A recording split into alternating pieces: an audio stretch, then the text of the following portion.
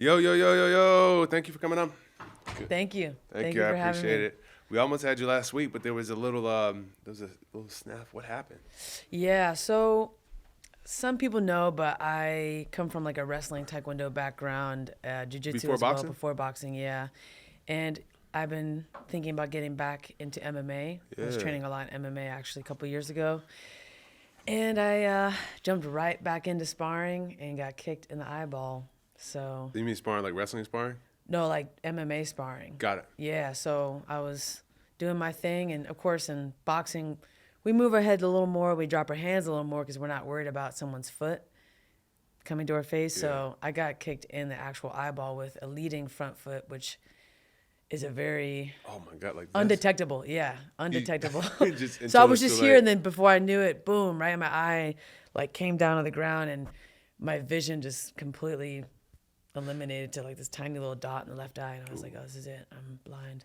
But no, I'm better Sounds now. scary. Sounds very scary. It was a little scary, so took a little break from sparring and everything. I'm good now. I can see just fine. Let me ask you, so I know like there in boxing sparring, there's etiquette, and then sometimes you like let's go all out, and or like Yeah. if you hurt somebody, give them a second, or like technical sparring and this that.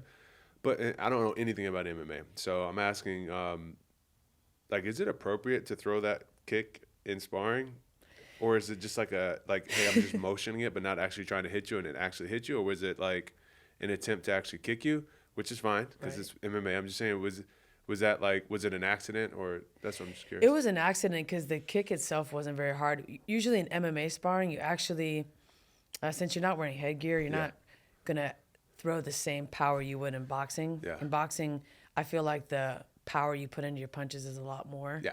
MMA, a lot of it is more situational. Some days are gonna be hard sparring, but it was more a situation where my face was right at the end of the toe. She was End of the kick. motioning it, It was more yeah. of a motion where like she kicked the foot up. It was there, but it wasn't like a hard like I'm Yeah. gonna kick you in the head. It was just kind of an Perfect unlucky, yeah, unlucky So, moment. so tell me, yeah. So I think, so tell me about your background. Like, how'd you get into sports and combat sports initially? Where you're from? Yeah. So originally from Atlanta, Georgia, when I was ATL. yeah ATL, but Sorry. I honestly don't claim ATL because I grew up mostly in Vancouver, Washington. So that's north, not the Washington on the other side, D.C., but Vancouver, Washington. And around like 8, 9 years old is when I started getting into sports. I started off with Taekwondo, where a lot of footwork, a lot of bouncing around. I don't know if you've ever watched Taekwondo. It's an Olympic Yeah, sport. yeah, very familiar. Not a whole lot of punches. It's mostly kicks. So I think the ability to have that good footwork started kind of early on, back when Yeah. I was 8 or 9. I started doing track and field as well, and then when I was 11, that's when I like started wrestling. Yeah. So wrestling's my first love, I would say. Wrestling was And 11. 11 years old. Yeah, all boys team, and I wrestled boys actually when I was a kid. Were you like I remember the wrestling team when I was young because I'm 42 now, almost 42. There weren't enough women to wrestle Yeah. each other, so they always had to wrestle little guys. And this was in like Washington. Yeah, yeah. So, question for you: did you get into wrestling? Was it like that's just what I want to do, or was someone like she likes to fight too much, put her in fight sports? It was literally all my friends are doing it. Got it. So I had a group of friends that were all boys. We all lived in the same neighborhood, Yeah. and two of them specifically, Matthew and Michael, they were twins. They were super athletic. Like they could do backflips off of trees. I remember in elementary school, they were just like doing the craziest stuff, backflips off of platforms, off of trees and stuff. And so we all kind of did this wrestling thing together. And I remember the first day, they were young kids, when they see wrestling for the first time, they think it's kind of funny looking. I think Yeah. most people are like, what the heck is this? Like, everyone's just grabbing each other. It looks kind of weird. And I remember my friend group, when we're all in the wrestling room the first day in 6th grade, I started laughing when the coaches started demonstrating what, top, down, up, bottom position is. And the coaches stopped and they looked at my friend group. They're like, if you guys think this is a joke, the door is right there and you can leave. And then all the laughing stopped. And that was like the moment where we all realized, like, we really actually want to take this seriously. Yeah. And so we all stuck it out through middle school and high school.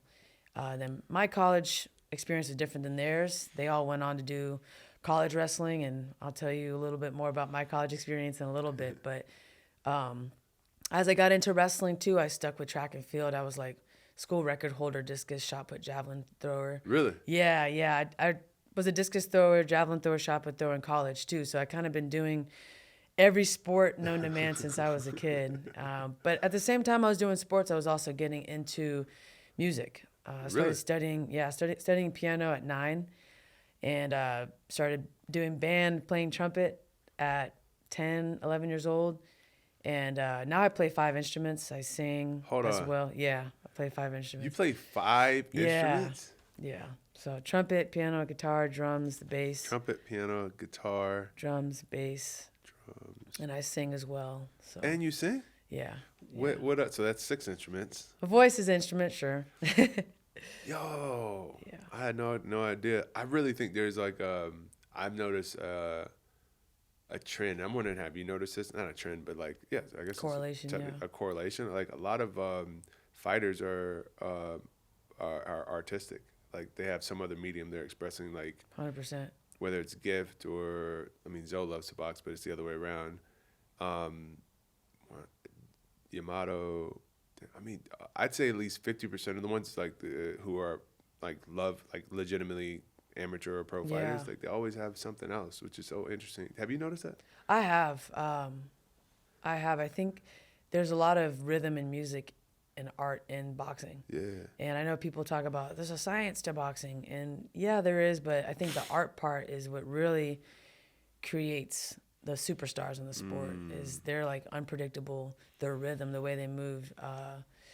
I do see the correlation. Like, it's weird, and I found it's either like you said, music, DJing, or visual art, whatever. So, and I wonder, is it like, obviously I think rhythm and boxing go hand in hand, and that might be what really we feel like is the science part, and because I do think there's something there. But then also I do feel like some fighters, they're like, I don't want to just win, like I want to, like a paintbrush, I want to do it this way. Yeah. And they're like not satisfied if they don't get it done that way, 100%. Which is an interesting frame of mind. So you started at it. So you're learning, like becoming a master musician over time, but also becoming. When did boxing come in? So senior year of high school. At this point, I was already an All-American wrestler. I was All-State. All-American wrestler. Yeah, All-American wrestler, All-State track and field, school record holder in discus. I was like a straight A student. I was kind of nerdy, but I was in the marching band. I was in jazz band. I was just like involved in every activity. And at that point, I realized that wrestling in college was going to be difficult. Yeah. Back in 2012, there were not very many opportunities for women's wrestling like there are now. Mm-hmm. Now they have D1 women's wrestling, which they have like legit programs. Yeah, Iowa State. There's a bunch of schools now. But at the time that I was a senior, I had like 3 or 4 options for college wrestling. For like scholarships or to Not walk for on, scholarships. like good programs, but they're like, hey, if you come here, you'll be on the team. Right, and they were all. Because it wasn't like a big thing yet. Yeah, they were all smaller schools, and my father was a Marine for 23 years, and he was a Marine officer, and he told me, he's like... Is that where the trend of excellence comes from? Yeah. Okay, continue. Yeah, it's at the Marine Corps, yeah. So he told me, kind of starting in 6th grade, he's like, you got to think about the Naval Academy, which for those that don't know what the Naval Academy is, it's one of the 4 main military colleges. You got the Naval Academy, West Point, Air Force Academy, Coast Guard Academy. These academies, they're Division I schools, and they are basically kind of the roadmap to become an officer in the military. The biggest difference between these academies and becoming an officer and the other routes are that it's a very, very selective few get into these schools. It's like a 9% acceptance rate. I heard the Naval, so keep going, but just for those of you who don't know, I wanted to go to the Air Force Academy, and I was dead set on that, and it's a whole story why I didn't, because I'm a wimp. But No. when you hear the story, you'll call me a wimp. But I heard the Naval Academy, it's obviously one of the most selective schools, period. Like Harvard's probably more than that, maybe 11% or depending on the year, plus minus. But I heard it's one of the most selective academies of all the military academies, especially if you want to be a pilot, I heard. Oh, yeah. But I heard it's like tough. It's tough to get in. And again, the reason why my dad was like, hey, elbow nudge, this should be something you should look into, is because of what they look for, right? The Naval Academy, all the service academies, they're looking for leaders. They're looking for well-rounded individuals that will one day be able to lead men and women potentially in combat. Yeah. And to be an officer, you have to be someone that leads by example, that doesn't skip steps, that doesn't take shortcuts. And so with the resume that I had at the end of high school, just being 17 years old, it kind of made sense. Like, this is something that's going to set you up for the future. Yeah, it's not wrestling and it sucks. You don't get to, unfortunately, wrestle in college because Naval Academy didn't have women's wrestling. But you will set yourself up for an incredible future, Life, no amazing matter what opportunities, you your do. life, right? Yeah. So I took my dad's advice and I applied to the Naval Academy and I got in. And that's where boxing kind of made its way in my life. Was In at the Naval Academy. Yeah, so Because that's always been in the military schools still. Right. Like the academies. I Yeah. heard about that. So most academies require all freshmen to do a semester of wrestling, a semester of boxing.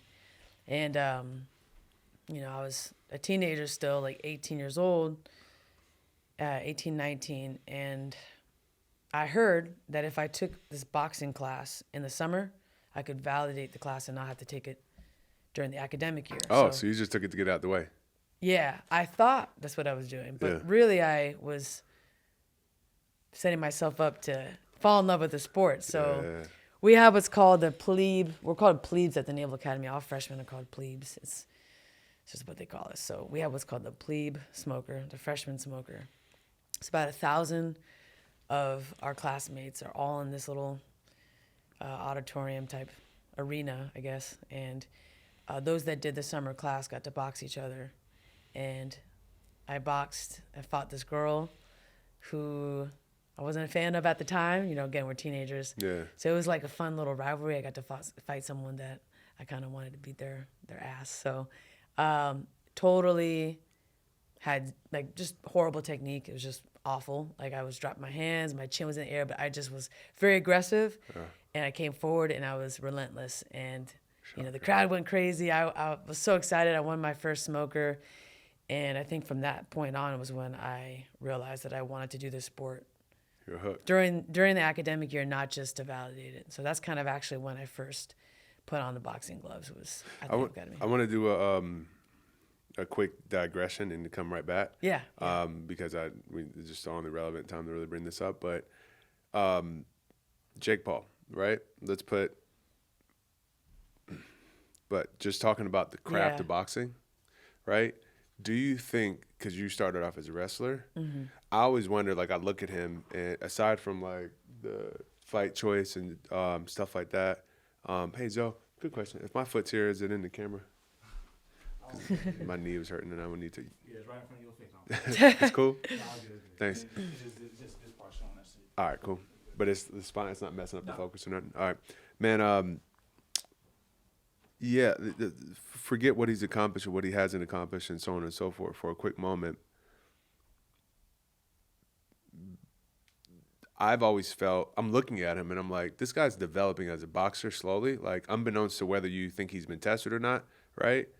I'm watching him, I'm like, okay, that's better than last year and it's a little bit better. And I'm seeing like if he keeps on going, it takes a good, 4 to 7 years to like become a seasoned enough fighter to get in the ring. Like he's about to be in there for 4 to 7 years, Yeah.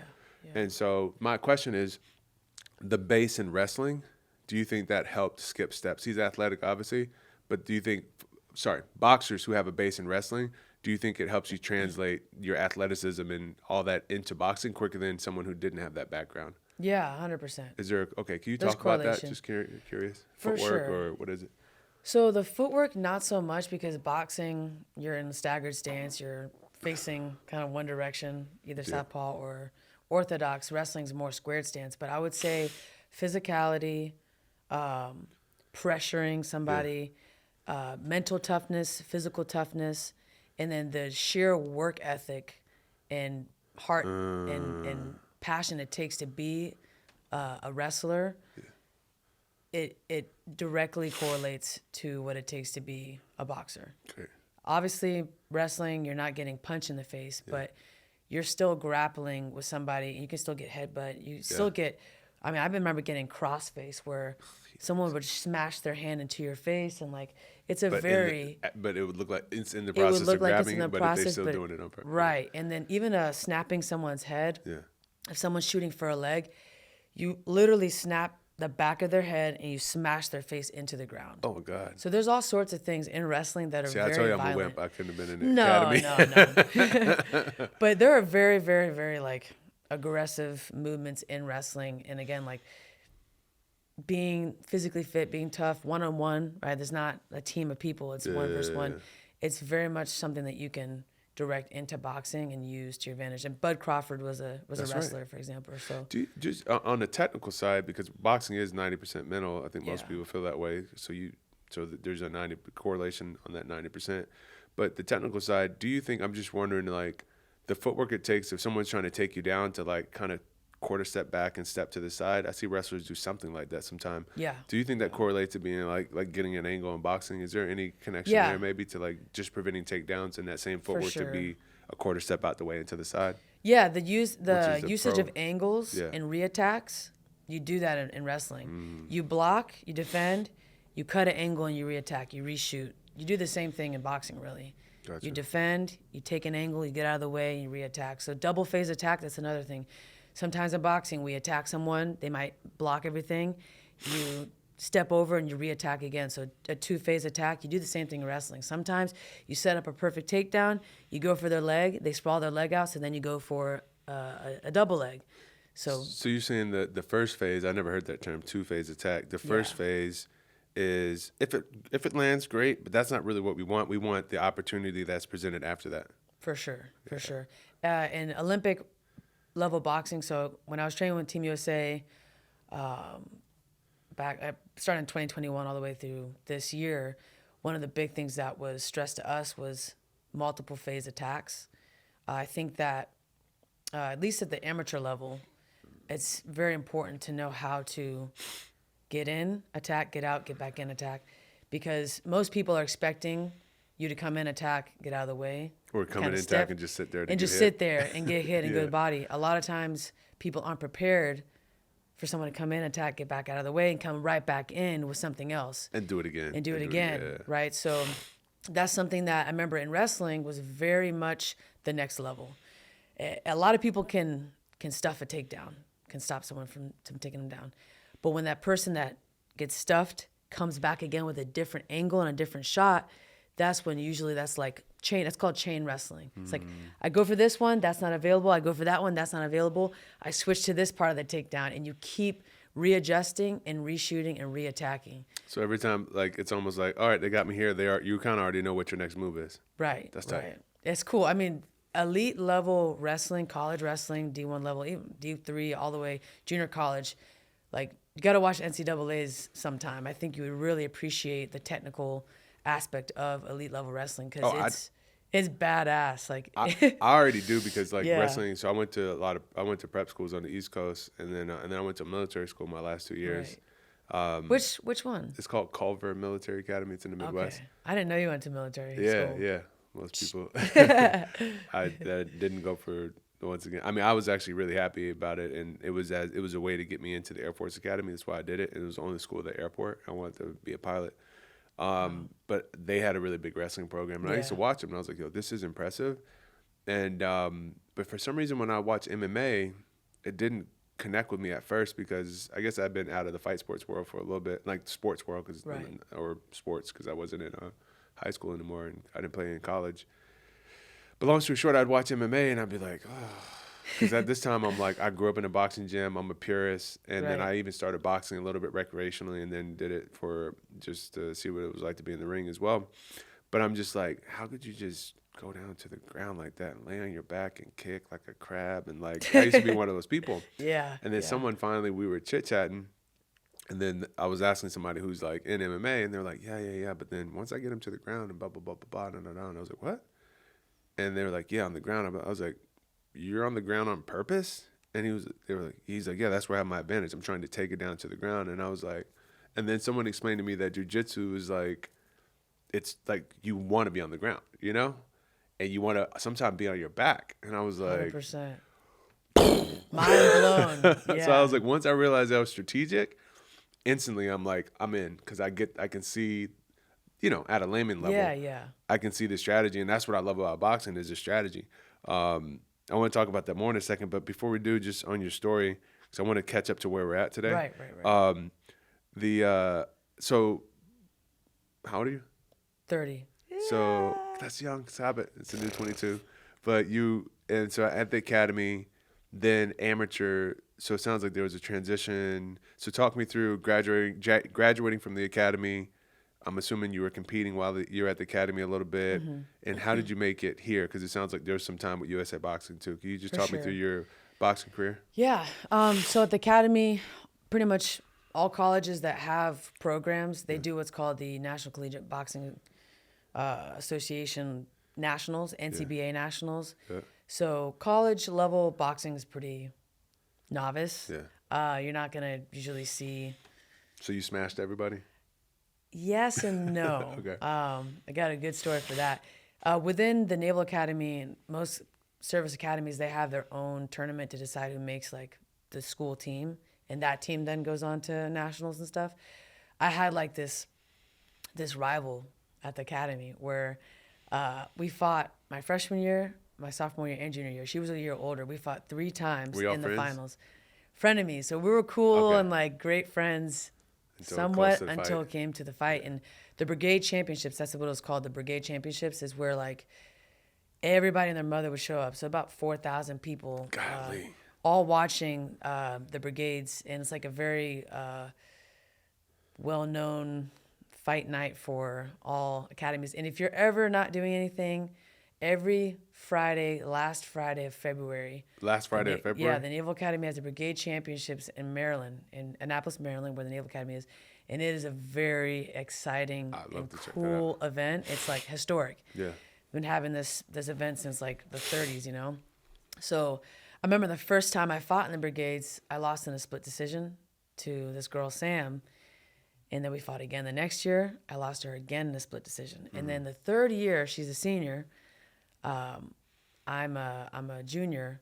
At this point, we had both also gone to nationals, because my sophomore year is when our coach decided to finally take women to collegiate nationals. Yeah. So we were the first group of women in Naval Academy history to like actually fight as a team, box as a team, a women's team representing the Naval Academy at nationals. And that was like 2015. So super late. It's not that long ago at all. I won my first nationals, which was super cool, So you're at this time a sophomore? At this, Junior? Yeah, so sophomore year is the first time I won my national collegiate title. Got it. You're representing. Got it. Okay. Her and I went different weight classes too. So I went a little bit higher, like 165 or something, and she went in the 150s. So fast forward, it's now my junior year, and it's her senior year, and we're fighting again for the third time. But this time, if you heard 60 Minutes, so 60 Minutes is going to do, they're like, we want to do a whole story on Naval Academy boxing. And we want you guys to be like the featured fight, like the main event, because of the story. She was going actually to become the first female in Naval Academy history to win 4 brigade championships. And I was in her way, and I was the first ever, 2-time national collegiate champion. So there was like again, a rivalry. It was super fun, and we fought in the finals, and I have a video of it. We got our little walkout songs, and I walked out to Drake's Summer 16, Looking for Revenge. The beginning of the song, he says that, and I walked out there thinking I was so cool, and the beat drops, and it's very dramatic. And long story short, I beat her. Nice. It was great. It was a super... It was a crazy moment. I was very dramatic too. I dropped to my knees and I raised my hand. I was like having a rocky moment. Adrian. And looking back, it's like it was not that important. But it is. When you're young, At you're the 20 time, years old at the time. you gotta celebrate wins too. But For sure. So that's kind of what my college experience was with boxing. None of this was USA boxing related, but I will say that I remember right before the Olympic trials. So this was 2015. I remember my coach and a couple other people were talking to me. They're like, you should try to go to the Olympic trials. You should try to go to the Olympic trials. And I was in my little Naval Academy uniform, and I was just looking up some information on the trials and the Olympics. And I remember thinking that I'm like not good enough for that. I'm like, yeah, I feel confident in this collegiate league, but I don't feel like I have the skill, like I'm good enough to be Yeah. someone that could fight in the trials, which is funny because, you know, I just won the Olympic trials like literally this year or this last year. So it's like, it's crazy. We don't see the growth and we don't see what we can be until we finally get there. But I remember at that moment, I was like, there's no way. But I think don't forget that thought at that moment. But Yeah. I think it's a great quality of great athletes, and I'm not one of them, and I'll tell you why. I'm the guy that looks at something and be like, yeah, I could do that. And then I get out there and I'm like, whoa, this is a little bit different than I thought. And then I just keep chipping away and so on and so forth. And but then I feel like I've spoken to like a lot of great athletes and like people like Tom Brady and people like some other athletes that none of us have ever heard of but were great, you know. Yeah. Maybe they're decathletes or whatever. We just don't know who those people are, like a rower. I hear that type of talk a lot. It's like, no, I'm not ready for that level. But it's not like I don't have confidence or like I'm out because it's like, but I know what that takes. I'm gonna get there. Right. You know? 100%. So tell me about, so you thought about it and you said, I'm not ready for that. What happened after that?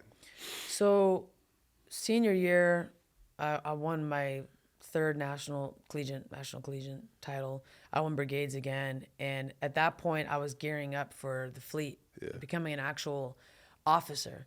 So in my mind, I was not really thinking about boxing. I was thinking about, holy crap, in about 6-7 months, I'm going to be in charge of like 40 or 50 men.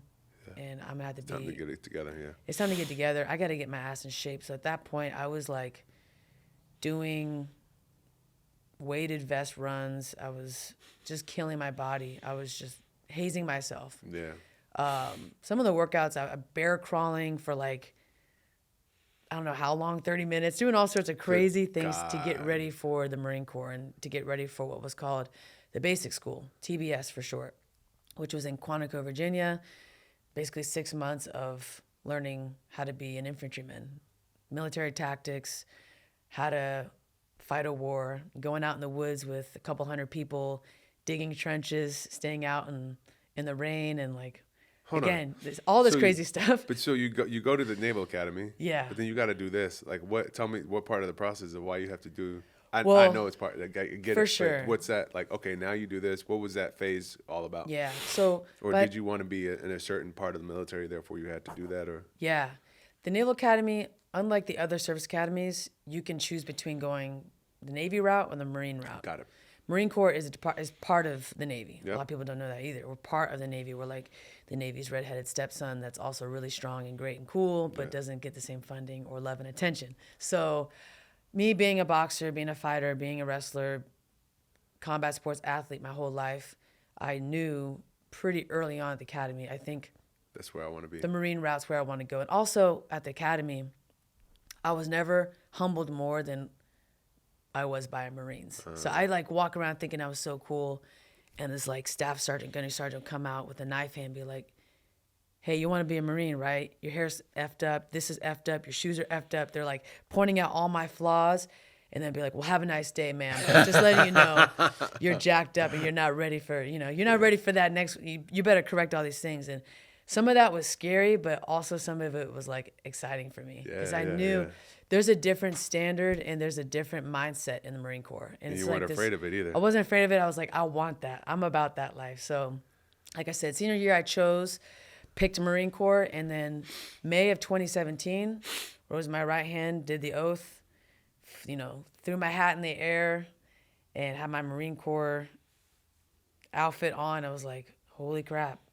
I guess it's time to go. I'm going to be a Marine now. This is happening. Yeah, this is really happening. For a whole year, it was nothing but just Marine Corps military training. I was not really boxing. Yeah. My focus, again, was getting ready to lead men and women potentially in combat, in a war.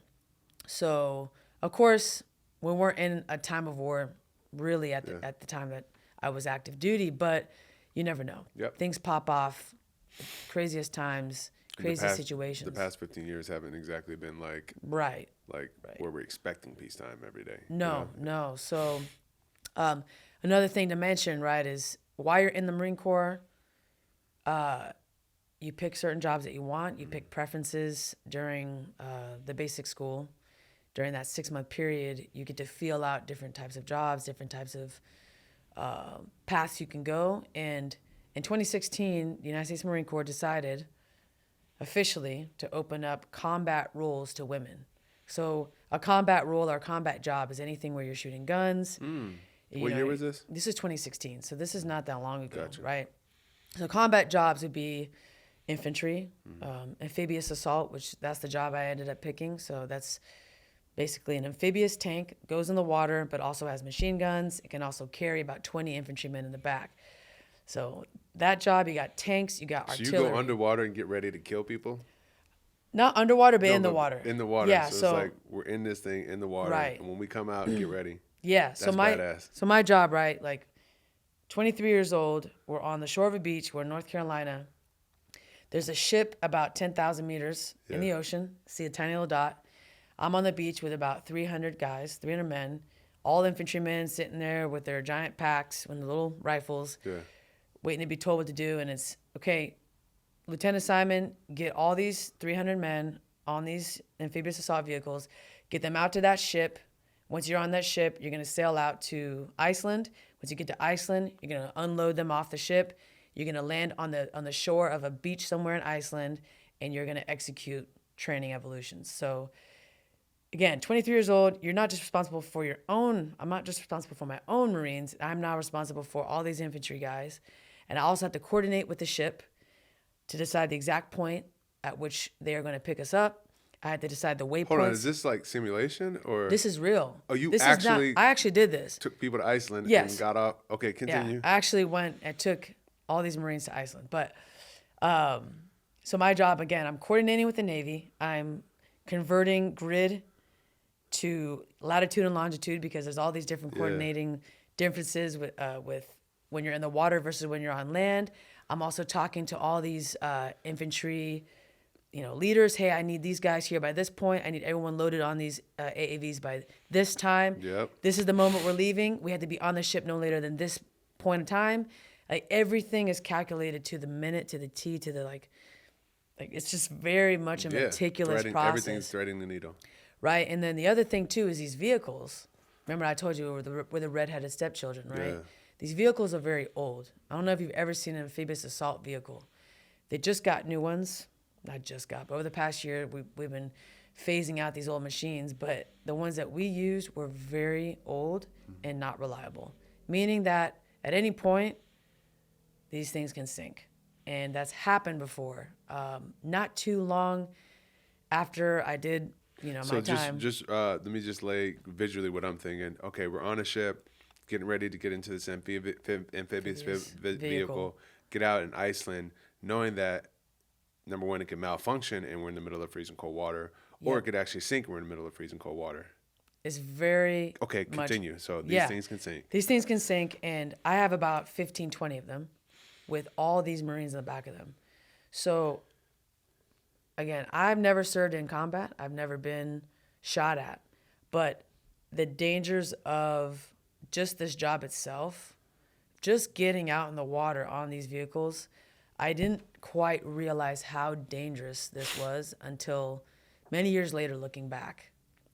And again, these vehicles, because of how old they are and how unreliable they can be, once they start going down, it's very difficult to slow down the process. So I was very blessed. I had an incredible group of Marines that were very efficient, that also knew their job very well, and were able to get us onto the ship, out to Iceland. Everything was fine. There were no crazy malfunctions or issues. The only issues that really happened were on the ship when we were sailing in 20-foot waves. And yeah, imagine, right? I'm trying to sleep. What does that look like? I can't even explain to you. I just know I'm sleeping and I'm rolling out of my bed on this ship. On like a big battleship? On a giant, like a 20-foot giant waves, wow. ship. 20-foot waves. I get a call, Lieutenant Simon, we need you down in the well deck ASAP. There's been an issue that we need you to come check out. So in these giant ships, there's little ships too. And one of them actually in the back was griped down with chains, and the waves were so big, the chains broke loose. Good God. And now this giant ship within the ship is smashing in the inside of the hull, but there's people on that little ship. And you just hear in the ship? You hear screaming and you just hear the screaming, right? Because there's no way to stop this giant ship within the ship from smashing in the inside of the hull. It's like watching a movie.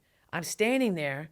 I got all my amphibious assault vehicles. They're all crammed. They're all griped down with these chains. They're not moving at all, thank God. But there's another ship in the ship that is literally smashing in the inside of this giant ship, and there's people screaming, and it was like watching a horror movie. And and then you have to say, I got it. well, Like, thank God I was not directly involved in dealing with that exact situation. I was just there to make sure my vehicles weren't going all over the place or flying around. But What ended up happening with that ship? thank God no one got seriously hurt. Eventually the waves died down, but again, it was just a So hold on, humbling they moment. had to. So essentially, we're like, it would have been too dangerous for them to try to get out while it's rocking. Oh, yeah. So they just had to wait for it to end. They had to wait for the waves to die down for us to kind of sail out away from the craziness. And then eventually the ship within the ship stopped smashing the inside of the hull. And we were able, some of my Marines got out and helped those individuals get out of that mini ship that was in the ship and got them to safety. But Y'all again, need to get paid more. you're telling me, right? Good God. Yeah, so these are things you can't prepare for, really. I mean, you can, but we have never, ever been asked, what do you do when, the chains griping, holding down these break? Because that just doesn't ever really happen. This was such a unique and insane situation that it became what's called like I don't know how to explain it, but it became a case where people study it. The Navy became like a case study type situation where what happens when this happens, guys? Like, what do you do? And it was so bad that the damages to the ship made it so the ship was not able to actually sail around anymore. We had to go to port. So we went into the port of Iceland for several weeks and partied. To be honest, it was crazy. I've been to Iceland. You've been to Iceland? Yeah. Not like that, but I saw it and I couldn't experience. I mean, I couldn't experience it, but I saw what was going on and I got left out. You did? Oh man. I heard it's a lot of fun. Iceland's very fun. So let me ask you a quick question. So you're walking, you walk, and then I want to get back to the transition of your when you got back into boxing and so on and so forth. But you've now, the person who boarded in North Carolina says, let's get all these amphibious vehicles and all these soldiers onto a ship. We're going to Iceland. 20-foot waves.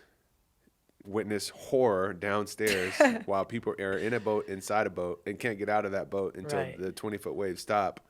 Then you have to get all these people off in these amphibious vehicles that may go underwater, and everybody might die of hypothermia or might not, right? After you've been through everything you've been through. And then you get into a boxing ring, and you're looking across, and of course you want to win, and the fear of the unknown is important because your whole career is on the line. But put that piece to the side. Yeah. Are you concerned with the other person across the ring from you? In terms of your safety or anything like that? Are you way past that, dealing with stuff, having dealt with the stuff you've dealt with? I would say that, you respect your of opponent, course, but I are you respect just my opponent. dude, you have no idea what I've seen? That's more so what it's like. And no, I'm not from a rough area. I've never been shot at. I've never been, but I've had the responsibility and I've had people's lives in my hands. Yeah. And not just a few people, but imagine being, again, 23-year-old woman in charge of 50 guys. Yeah. Their life, their safety, their well-being as an officer is in your hands. Yeah. You talk about leadership, talk about responsibility, talk about pressure. The amount of pressure that I felt being in charge of them, having to do all those things. And again, that's only a very small story compared to what I had to do for the whole 2 years of being an amphibious assault officer. That amount of responsibility and fear and nerves and it doesn't really, I feel like it doesn't really have the same feeling as boxing. It's just not the same. Not even close. It's not. And boxing, of course, it's terrifying. You're in the ring one-on-one, but I'm just responsible for me. That's me. it's me versus another person. I don't got to worry about other people's lives. I don't got to worry about other people's well-being. You know, I'm not worrying about anybody but me right there. Yep. So I feel like that's just a lot easier. But I will say too that like my experience in the Marine Corps has made it so that I don't tolerate poor leadership. Yeah. I don't tolerate negligence. I don't tolerate people treating myself or others like crap. Yeah. Because I've seen what happens when you have environments where there's terrible leadership. I can see what happens when you do it wrong versus when you do it right. Yeah. And You I've understand been morale. right. I understand morale. I understand creating and fostering a healthy team environment. So You're you know, sensitive to that. I am very And sensitive to that. attention to detail. I would Attention assume. detail. So I'm looking at things. I'm looking at how much this coach knows about his athletes. I'm looking at how much this coach pays attention to the details about what they say, how they treat their athletes. I'm watching all these things. Like I'm a very observant person. Then I'm How they also joke. watching, do you overtrain your athletes? Do you listen to your athletes? Are you hard on them when they need to be held responsible? But do you also pull back when it's Back time to off. pull back? Because again, just because it's the military that I have experience in doesn't mean it doesn't correlate and translate to boxing. I think leadership, It's the same thing. it's all the same. Yeah, it's all the same, except one is a sport and the other is preparing for real life. Yeah, I think there's nothing situations, you like, know? like, and I never served, but I just feel like there's nothing like, it's one thing about looking out for yourself. Then Yeah. there's something about looking out for the people. And I think, like, as an entrepreneur, which I hate using that word, I feel like it's thrown around, and, like, I'm not excited about being an entrepreneur. I just couldn't get a job, so I was not hireable for some reason. So just had to do my own thing. But it's like there's these dynamic, like being concerned about looking after yourself is one thing, looking after other people, but then also being put in a position where me proverbially, not physically, maybe once or twice, but mostly proverbially, where you have to be, you're responsible for someone else, and you, in order to ensure their well-being, you have to risk yours. That to me, and like anybody, and honestly, in my opinion, like just speak entrepreneurship, if anybody isn't prepared for that as an entrepreneur and to lead a company and a team, like you don't need to be in this. But that's, like I said, that's typically not a physical thing. You're dealing with like physical, you know, like I to save your life, I might have to risk mine, and vice versa. And that's just a whole nother level. So it's pretty incredible. How did you, and then, so talk to me about going from there. How long were you active, and when were you able to get back into boxing? And Yeah. Well, all of what I've told you has been relatively positive, but of course, I'd be lying to you if I didn't say there were some struggles and hardships that I experienced, especially as a woman in combat arms. I've always been someone that's very vocal. I wear my heart on my sleeve, Yeah. and I tend to call things out when something's not right. in the moment. Yeah. Sometimes it's in person, sometimes it's on social media, and the reason why I use social media sometimes is it is a way to express, you know, myself in a way, but it's also something that I feel when others see my content or see my story and relate to it, they feel less alone, and I Yeah. feel that sometimes when I do speak about my experiences, it actually helps other people. And there's been plenty of times where I've been reached out to by complete strangers, friends, whoever, who are like, your stories, your Instagram, your account, it really inspires me and inspired me to do X, Y, and Z. Or, you know, I felt so isolated, or I felt like no one else understood my struggles until I saw what you shared in your story. So I felt that, you know, at this time, being an amphibious assault officer, that it was important and my duty to share what was going on in my life. And sometimes I shared too much because the Marine Corps has very strict rules in terms of what you're able to talk about on social media. Yeah.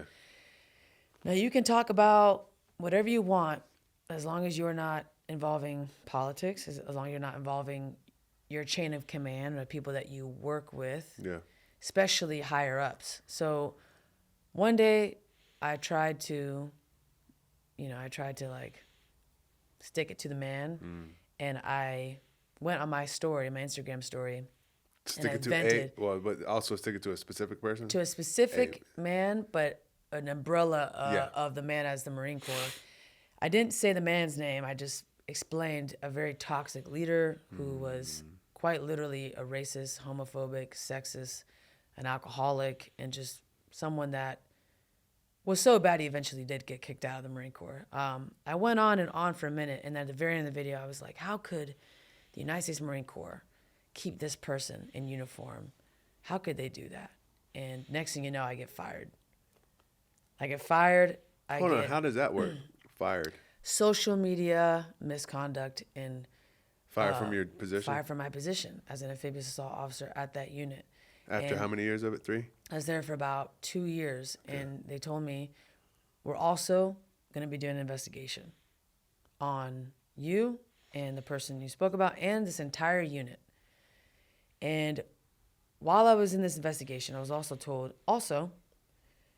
we will potentially put you on a board of inquiry, which basically means 3 colonels who are all men will potentially decide your fate on whether or not you can stay in the Marine Corps. Which in this case, in this situation, if I were to go on a board of inquiry, it'd be highly unlikely that those 3 would vote for me to stay in. So I'm here sweating. I go off social media completely. I get put in a holding unit. So This is basically 2017, 18-ish? this is 2019. This is 19-ish, like okay. Pre-COVID, the right worst before year. COVID. Okay. Yeah, it's the worst year of my life, honestly.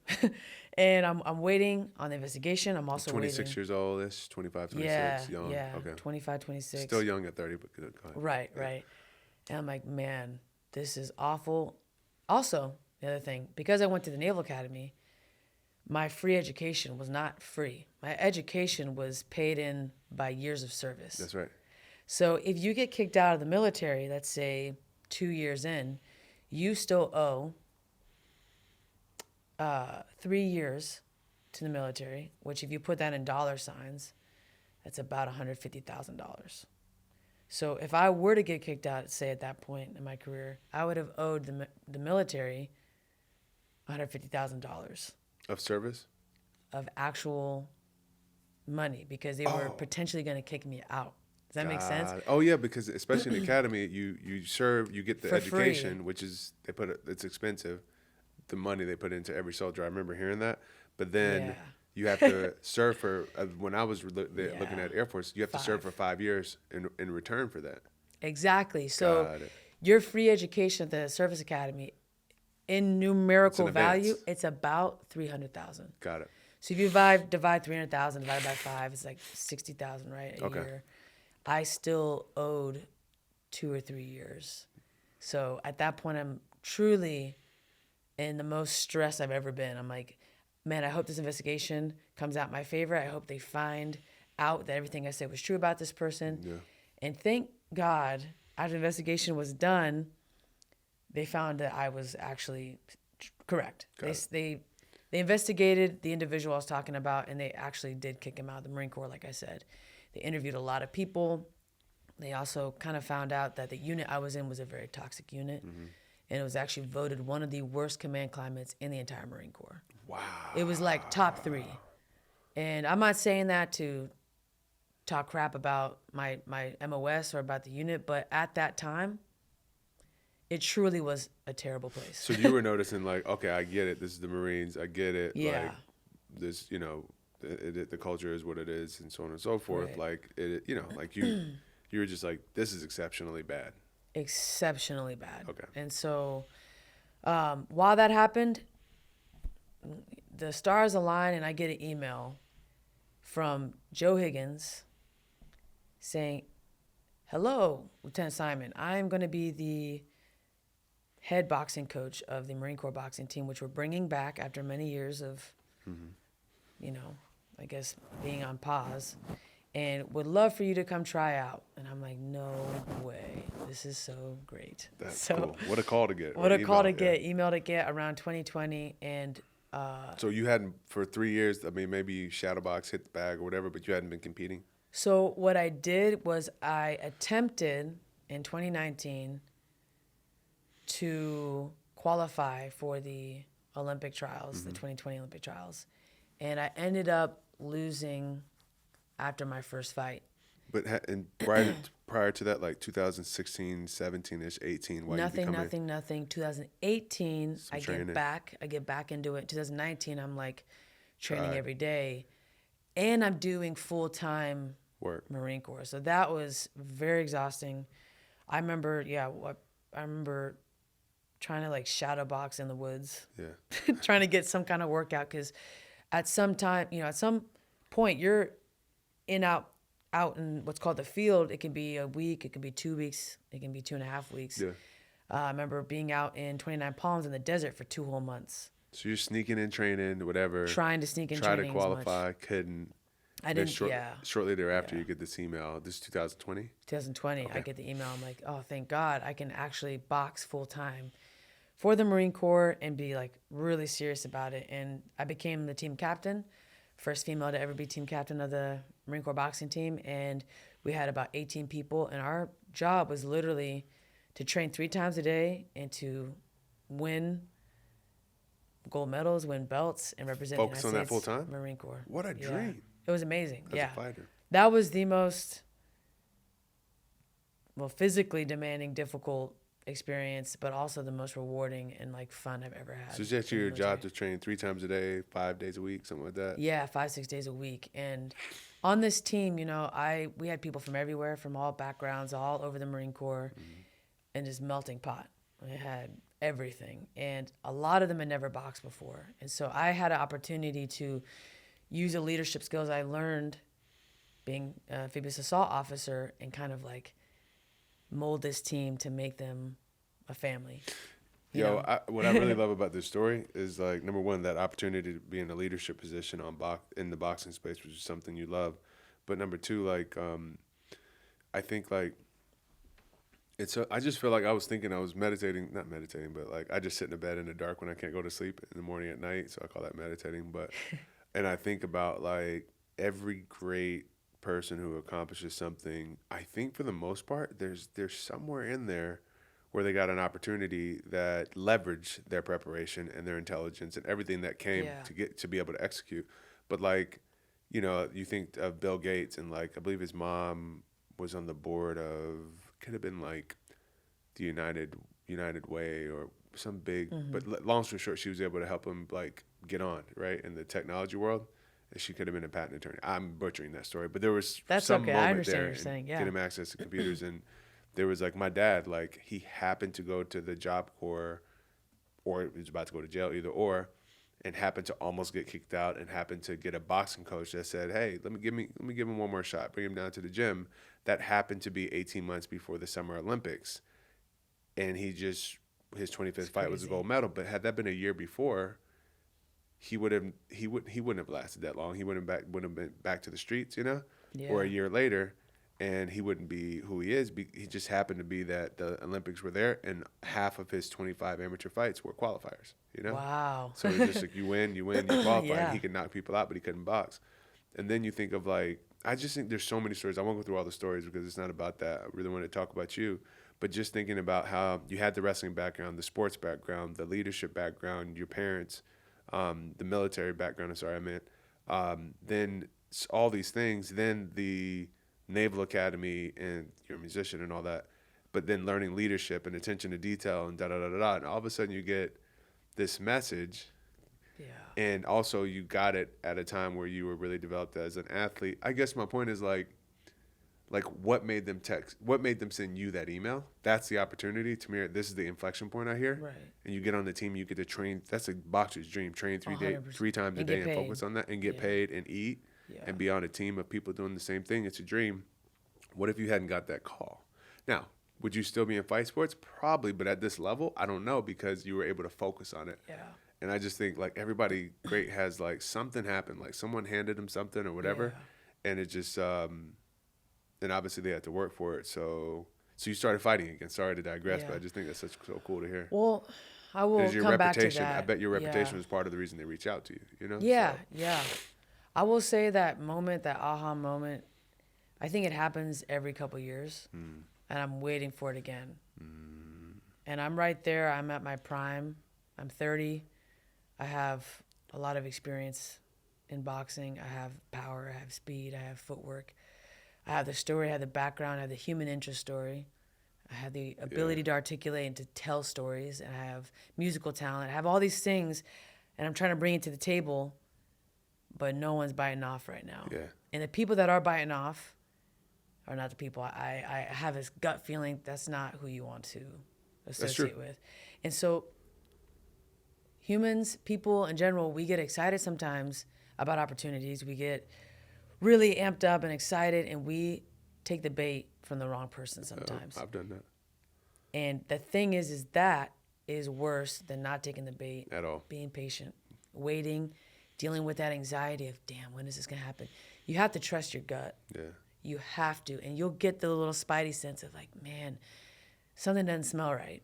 Yeah. Something doesn't feel right. You'll have it because there's something spiritual that exists in this world, and we have to pay attention to it. So I'm at that point where I've said a lot of no's. Yeah. Because I felt that like, okay, wait a little bit longer. This is too hard, yeah. Keep training, stay in shape, hone your craft, and that opportunity is going to come just like it did with the Marine Corps. That email, that message, that call. So that's 2020. That's you start 2020. fighting again, competing, and then Yeah. talk me through your amateur career transition out of the military to now. For sure. So, 20. Please, sorry. Sorry, yes, sir. Hello. With respect. No, of course. 2021 was the first time as a Marine boxer I went to nationals. I went to the 2020 postponed nationals. That was in April of 2021. Yeah. And funny story, that's where I met my current partner. We actually fought each other in 2021. Really? Now we're together. The first time you met, you were fighting, or y'all knew of each other? First time we ever met was in the ring fighting each other. There's and a now movie. That's a movie, right? It's kind of similar to Christy Martin and her spouse. They I didn't met know that. fighting. Yeah, they literally fought each other. That's how I met. But 2021, I'm in the semis, and I lose a very controversial decision. And I remember I looked at my coach. And I said, I will never let it be up to the judges again. A fight, a decision. I said, Coach, like tears running down my eyes. I'm like, no more decisions. This is And my so- judge. This is my referee. Yeah, exactly. So from that point on, it was like TKO after TKO after TKO. A few months later, I went to Oh, the you national. actually delivered on that promise. Oh, yeah. Yeah, 2021, I went to the National Golden Gloves in August. Get you out of here. I stopped like 2 of the 4 opponents. I won 4 nights in a row. I got the Golden Girl Award. And then I went to nationals again that year. I had 3 national tournaments in that same year. And then I stopped a girl in the semis, and then in the finals, I stopped the Team USA #1 national champion. I stopped her in the finals too. Wow. Then in 2022, I won the USA Nationals again. Then in 2023, I won the National Golden Gloves again. I won the national. Oh, we need to talk. Yeah, so I just kept winning. I kept winning. I kept winning. Kept beating everybody. In 2022, that's when I got out of active duty and went into the reserves. So about May of 2022, I moved to Miami, Florida, and I'm doing my reserves thing, and I am on Team USA, but for some reason, I'm not the #1. I'm not the one that gets to go to all these cool international tournaments. I'm not the it girl, despite being a Credentialed. multiple national champion. And So whatever, politics. and just so I understand. Yeah. So at that point, there was and sometimes these decisions get made. It's like, this person or this person, this person. So long story short, credential wise, it's highly likely that it should have been you. But Well, I'll put it to but you the this way. decision was made based on something other than merit. yeah, okay, you're the head coach of USA Boxing, okay? This girl just TKO'd your #1 person, your #1 girl at 146. Do you take the girl that TKO'd your #1 girl to the next big tournament internationally? Or do you take the girl that you hand selected to be on the team that was supposed to be your #1? Do you go off of merit? Do you go off of the performance, the most recent performance, which was the national title, the national tournament, or do you go off of, well, this person has been around? So, hold on. The girl you stopped, what happened to her?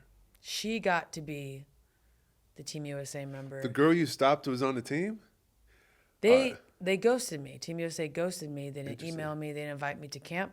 Okay. They didn't invite me to the Olympic Training Center, even though I had been there for a couple weeks leading up to the Nationals. I was a training partner. Yeah. That's the funny thing, right? Is I went from being the training partner of this girl to stopping her, TKO, in the finals of Nationals. The girl you stopped in the finals. Okay. So, And they took her to Bulgaria to fight in international competition. They took her to the World Championships. And I'm sitting here like, wow, this is crazy. I'm sorry that happened. Yeah. Because I know, like, just as an athlete, like how like depressing injuries can be, or having to sit out, or an opponent pulls out. But for something like that to happen, like that, I don't think people really register how frustrating that can be, and demotivating. Especially like knowing what fighters put in, especially also fighters that have to make weight. I think it's different. I don't know why that's a small thing. I think people don't. I think the difference between heavyweights and everybody else, the fact that you have to, like, if you don't make this weight, it's a problem. Like that's tough on a person, really tough on a person, and then for that to happen, that's bad. But those are facts. That is interesting. I didn't know that happened. So you at that No. point, what did you do? Did you stay in USA Boxing, or did you continue to? Well, I remember snooping around in USA Boxing's page, and I see a team photo of everyone that was going to go compete in Bulgaria. And I just broke down in tears because I see her in her little USA Boxing get up. Again, I don't think people truly understand what that feels like. I can't imagine. I can't. You work, and the work I was putting in on the Marine boxing team, we were doing timed 3 miles as fast as you can freaking run in the morning. I was running sub 19 minute 3 miles. Then we were sparring rounds and rounds and rounds, training, sparring. Then we're doing a full, like, heavy lift every single day. You were And running then- sub 19 3 Yeah. miles? That's flying. And then I was crazy. I would go do jiu-jitsu at night, or I would do MMA at night. I was doing 4 or 5 workouts every day. I was driving almost 100 miles a day between trainings and work for over a year. And this is what I'm faced with. So at that moment, I decided, I want to do MMA. I think it's time to move on from the amateurs and to go become an MMA star. I'd actually signed a contract with First Round Management already at this point to go into MMA. And then I talked to some people I trusted, and they're like, look, you can go pro, you can go do all that, but you don't have enough amateur experience. You don't have enough of a resume yet to really get a good deal and to get a good situation. Yeah. Stick around the amateurs, stick it out, give it some more Boxing time. amateurs. Boxing the amateurs, stay the amateurs, get some more fights under your belt, try to get international experience, and maybe even try to get on the Olympic team, and then turn pro. Because if you have the Olympic Yeah.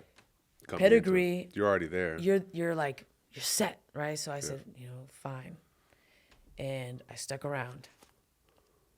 And I was going to USA Boxing Olympic Training Center camps every couple months. Like, literally, I was up there every couple months. Yeah. From the end of 2021 all the way through the beginning of this year.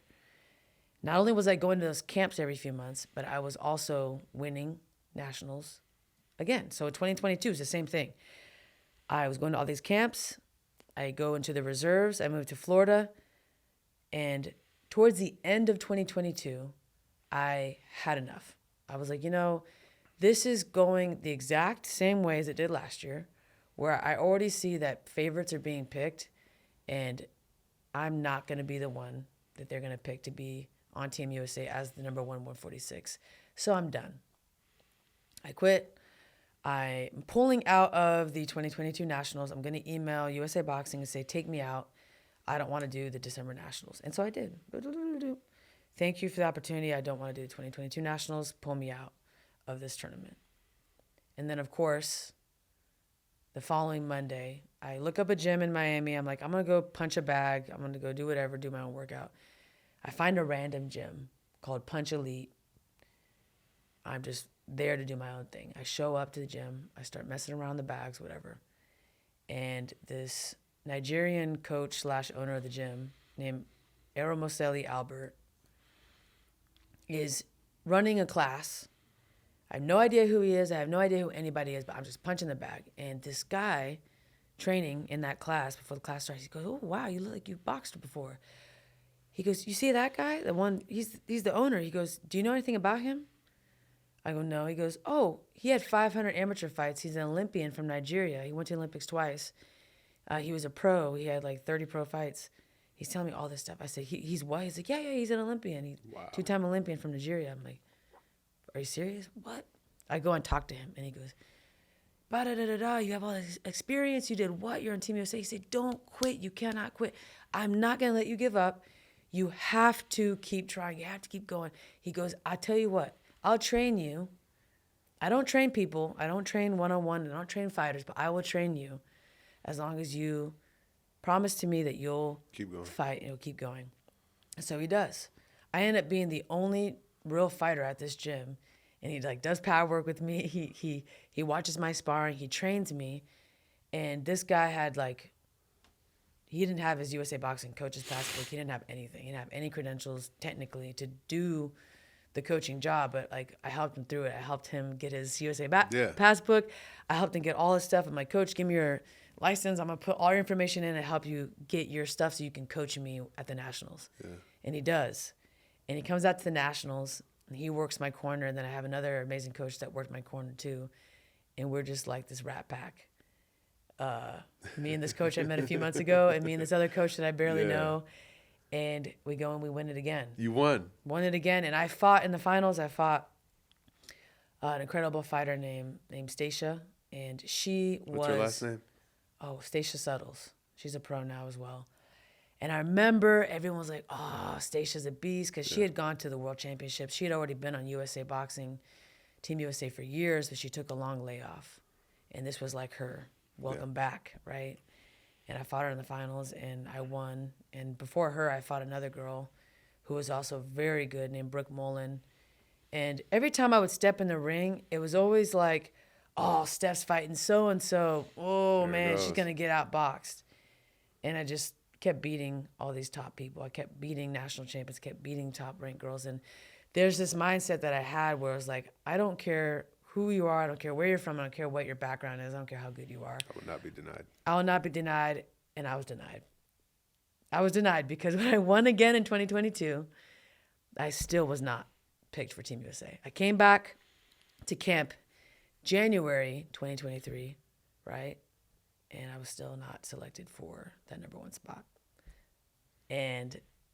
But I kept going. I stayed around and kept training. I went on and I went up a weight class just for fun. And I was like, okay, well, I'm going to try to qualify for the Olympic trials, not only at 146, but I'll do it for 165 too, just to say, like, I'm that bitch, right? And so I went, fought in the 2023 National Golden Gloves. I'm weighing probably 156, 157, fighting 165. And I'm fighting this girl. You're fighting at the 165 weight class, which means you're potentially fighting people that walk around at 170, 180. Cutting down. But you're 156, 157. wet. Yeah, soaking Okay, wet. continue. And first fight, TKO, stopped the girl. Second fight, I dropped the girl. Like literally, it's like hit a Wow. low, jab the body, boom, overhand two, and everyone's going crazy. And it's like, this is literally in the finals. So I'm stopping and dropping people at 165. After I had stopped and dropped people at 146, after I had stopped and dropped people at 152. And I'm trying to show these people that I am someone that they should pick. I should be the one. Yeah. Still not enough. But they're using me. And they're like, well, we're going to keep bringing you back to camp because you're a great training partner for the people that we want to go to the Olympics. So I keep going to camp thinking, When you say man, if camp, I like keep in Colorado Springs? Colorado Springs Olympic Training Center, I keep thinking, man, if I keep going to these camps, I'll be the one.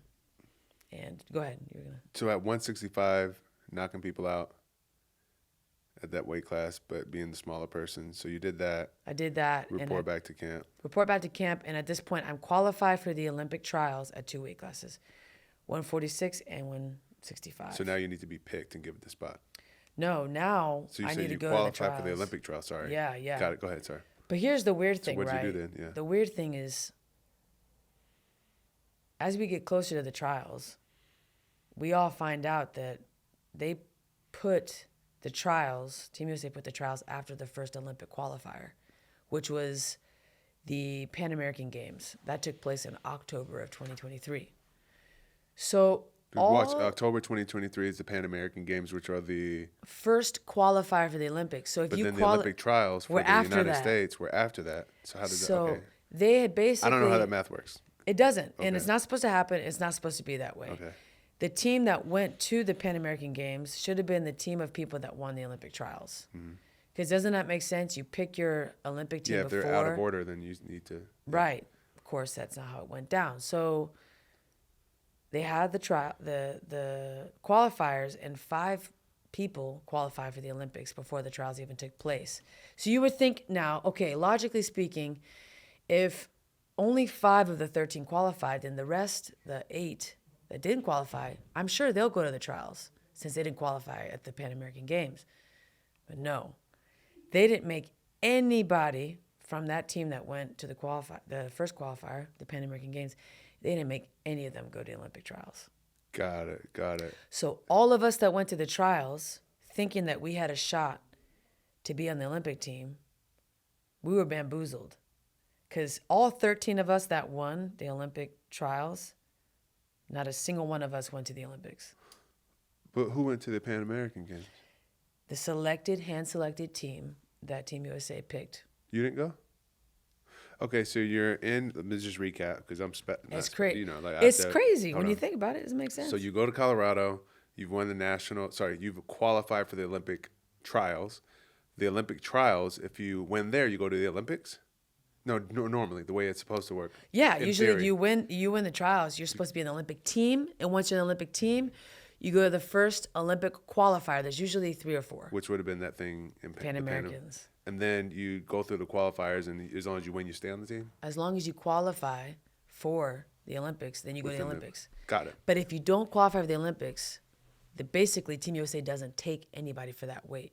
Does that make sense? Got it. So if you don't qualify with your country for the Olympics, they just won't take anybody. They cannot take anybody. Got at it. that So you're getting ready for the Olympic trials. You're in Colorado. And they say instead of doing the Olympic trials, then taking from that batch that have qualified for our country, now let's go through this, the tournaments to go to the World Games, to the Olympics, right? We said, we'll get back to that later. We're just going to go to one of those first tournaments now, hand select the people that we want to go to the Olympics. This is the way it looks in retrospect. And then those Olympic trials coming up, we're going to do that too. But if you win, you're still not going. And you won? I won the Olympic trials. Good God. And I go back to camp, and it's the same thing 3 years back to back, where I won everything, and I was not selected for Team USA and to be on that. What do you do? You just go punch pillows and scream into them, or how do you manage that type of frustration? And I have a few more questions about that. You know what's crazy is the only way I could handle it, the only way I felt right about this whole thing was at least giving this knowledge and information to the people around me at the Olympic Training Center, especially the young 19, 20-year-olds who had no idea what they were up against. So I was just like, let me beat the leader I am. Yeah.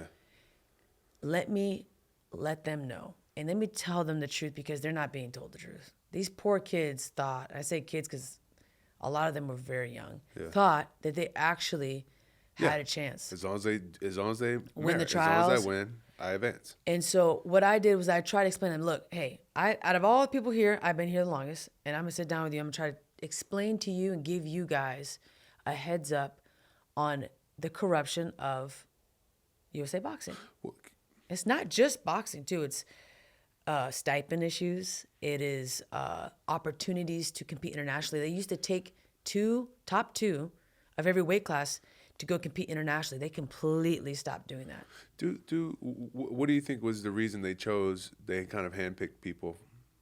Like Okay. based on what, like relationships, or like Yeah. this is the person we want to represent us. What if you were to guess? Because obviously we don't know, but if you were to guess No, we based on do the know. information you have, okay. We do know. And the reason is if you've invested years of your time as an institution or as USA Boxing and money in taking certain individuals to compete internationally, and you've also taught them the international boxing style, which is a lot of in and out feet, the European style, nice and It's long. like Taekwondo. 1, 2, yeah, lean back, 2, 1, 2, lean back. The specific style, a lot of side steps or check hooks, right? That specific style, it takes a couple of years to really get good at and to kind of pound into a fighter.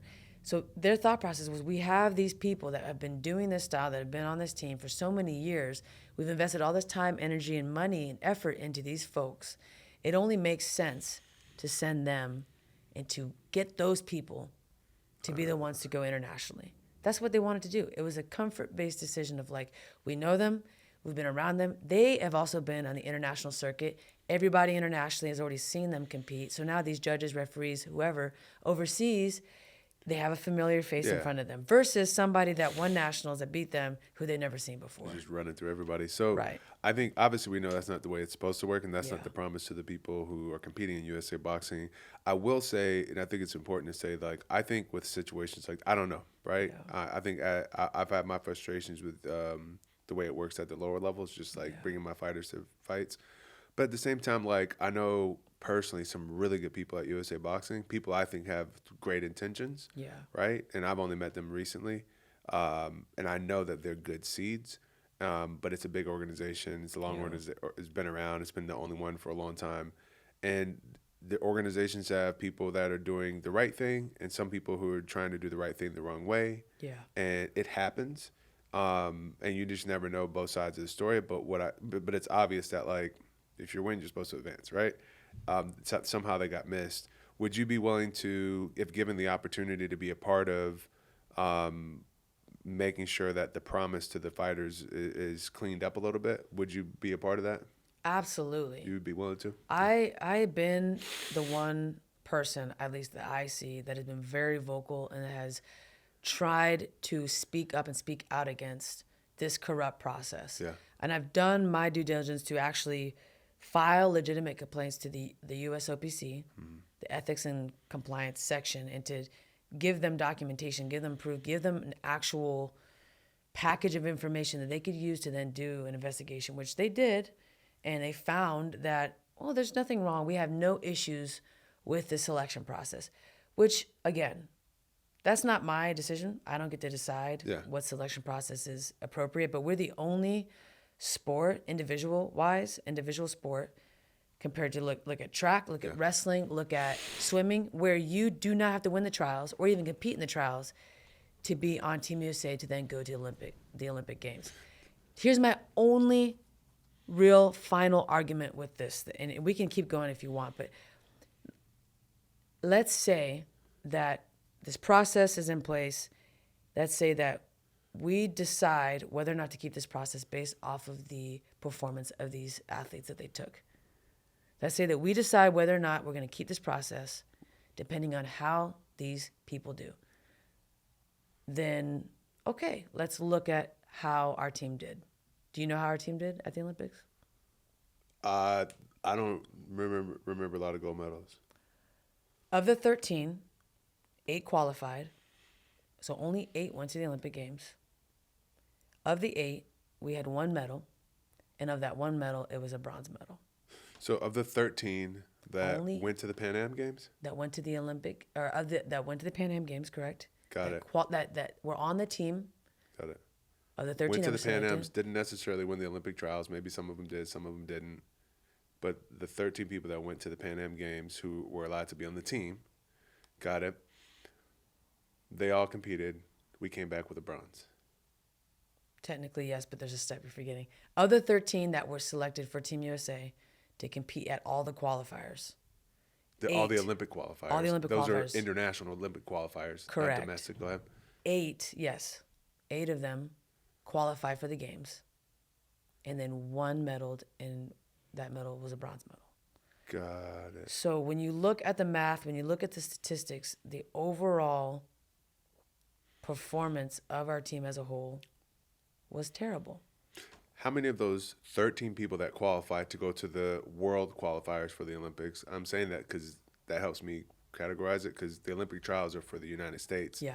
The world, which comes next, the Olympic trials are for the United States. The Olympic qualifiers are international once we have our team, right? Yeah. The 13 people that went to the Olympic qualifiers for international competition, how many of those won at the Olympic trials? One. Continue. I'm trying to hide my reaction. Yeah. Okay. So, and then, by the go way, ahead, go ahead. who got that bronze? Was it Roscoe? No. That's my guy. Dang it. I know That's right. He Roscoe didn't very get well. one. It I'm wasn't. upset about that. Okay. It was Omari. Amari. Ross. Okay. Yeah. So Got it. So you're saying if we just look at statistics, like, it's not working for us. I mean, the proof is in the pudding. And y'all can call me crazy. And hey, the Olympic coach in front of the entire women's team told everybody, and the coaches included, that I was a toxic person to the team, and that if I didn't want to work and earn my spot on the team, that I could leave, and that I needed to be more positive, and that I needed to basically, essentially, shut my mouth. If the truth is toxic, if the truth hurts you, if the truth pisses you off, then you're the problem.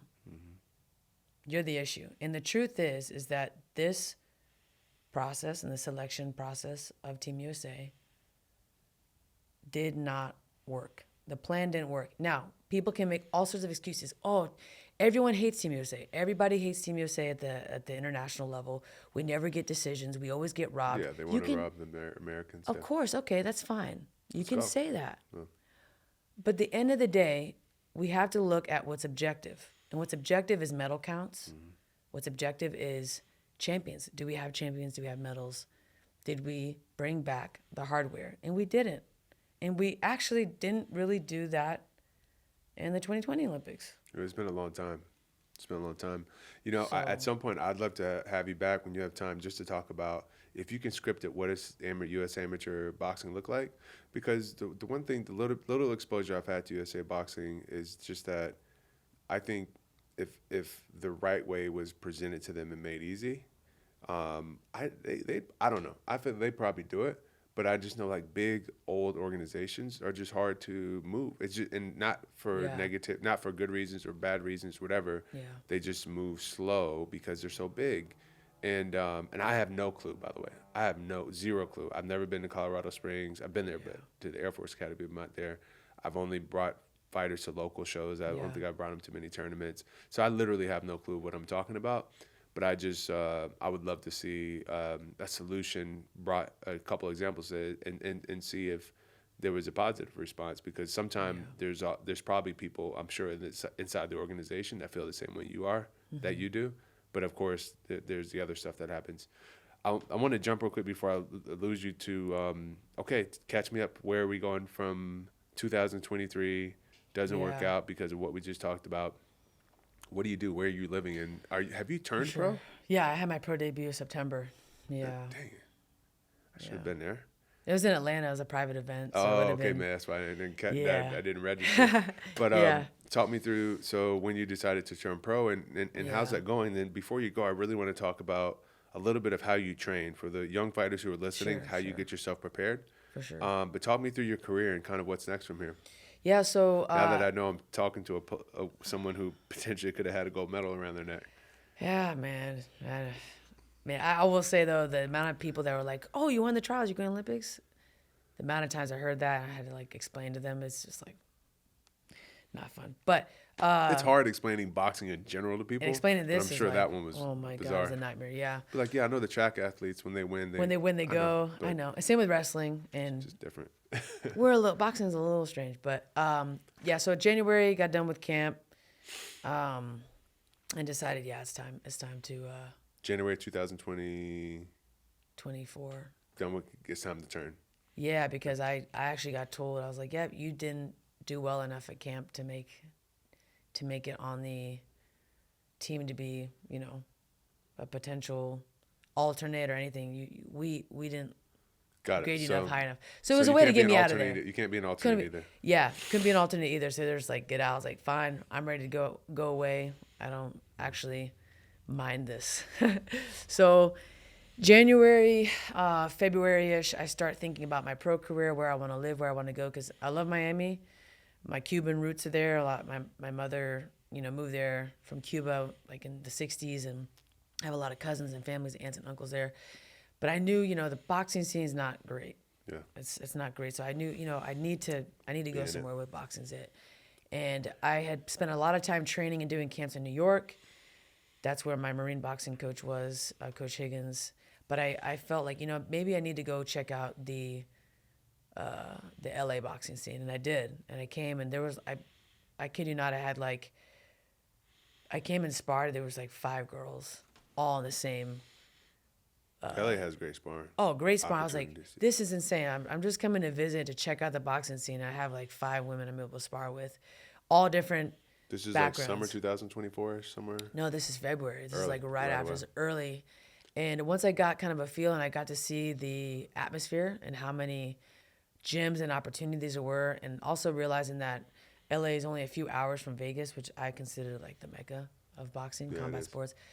I thought to myself, and most of my family that I'm closest to, my mom and brothers, they live up in Washington. It's only a 2-hour flight. I'm like, this might be it. And it's sunny and it's beautiful. Like, Yeah. why that, not? That gets us all. Yeah, it gets us, right? So I decided at that point I'm going to move to the LA area. I moved to Santa Monica.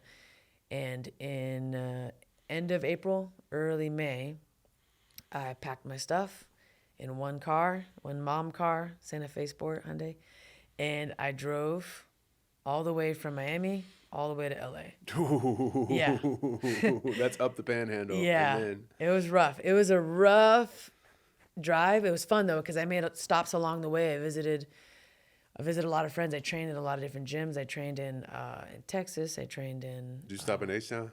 in Houston. No, I trained in Dallas. Dallas, okay, yeah, cool. Dallas, and stopped in New Mexico. Trained there. I trained in Arizona. Las Cruces, New Mexico, or where? Albuquerque or Albuquerque. something? Yeah, and then I finally made it to Santa Monica. I remember the first thing I did What was month? this was end of April. Okay. Yeah, beginning of May, and showed up and I was like, oh, I'm gonna start off at this gym. I'll start with this coach and I'll kind of Which start gym did you networking. land at first? I started off at Churchill. Yeah, that was the first one I found when I moved out here too. Yeah, And, yeah. That is interesting. So this explains why. Like I remember the first time I heard about you, and someone was like, "Yeah, she's this, she's that." And I'm like, "Why haven't I heard about her?" 'Cause like, and I didn't realize not you an just LA moved person. to LA. I Yeah. didn't realize that. So I probably met you, yeah, shortly after, like within months of when you had Few moved months. to LA. Yeah. Got it. That makes sense. Yeah. And then you just have been. So now you're in the reserves. I'm Yeah. assuming, and you're focused on launching a pro career. You just had your first pro fight. Yeah, September, I was on the undercard, the Alicia Baumgartner WBC title fight. It ended up being a draw. Not a draw. Was it a no contest? Yeah, no contest because of a headbutt, but it was an all-women's card. Yeah. And it was awesome. Layla Ali was there, and I got to meet her, and Nice. I spoke with her for probably 35, 40 minutes, and she's like, She's awesome. read my book. And so she sent me her book. She sent me some of her spices. By the way, they're really good. She's the real deal, man. Yeah, she's a real deal. She's like full package, just incredible. Big inspiration for me. And that's short conversation. I learned a lot, and I learned a lot about perspective. Because when she was like in her early 20s, she was fighting as a pro with no amateur Destroying experience everybody, and too. destroying everybody. And you talk about pressure, right? Yeah. She had like 80 different news. I remember that was huge. Yeah, it's huge, like 80 different news channels interviewing her, and all right there at the ring. And so that was an incredible experience. And She's so something September, yeah, she's something else, man. So talk me through your training, and then we'll Yeah. end with some career notes. And next time we're going to talk about music too. Oh, 'Cause, yeah. we have a recording studio here. You see it? Oh, sometimes I get a good feeling, yeah. I've been saving that for you guys. We got some. I was waiting on that. But so talk for any young athletes, but especially boxers. the type of training you think it takes to compete at the highest level. Yeah. Talk me through what a week looks like. A week. Like Yeah. your kind of pre-camp's over and you're like, you're not tapering off yet. And it's like, yo, these are the two, I don't know how it is for you, but maybe the 2 or 3 weeks where I'm just like locked in, dialed, I'm pushing it. What is Right. like the most dialed in, 7 to 10 days look like? Or maybe For just sure. 1 week of that dialed in period Yeah. So where you're not afraid to injure yourself. You don't have to ramp up. And So I'll start off with the training, just the boxing itself. I do Monday, Wednesday, Friday sparring, anywhere between 4 to 8 rounds, depends on the amount of rounds you're fighting. And some of those sparring sessions are hard sparring. Some of them are more technical. focused and technical, working on certain things you want to do, especially if you have a certain opponent that fights a certain way, kind of working on those specific things, right? How long are the rounds? For me, again, it depends. Sometimes it's 2 minutes because women fight 2-minute Yeah. rounds.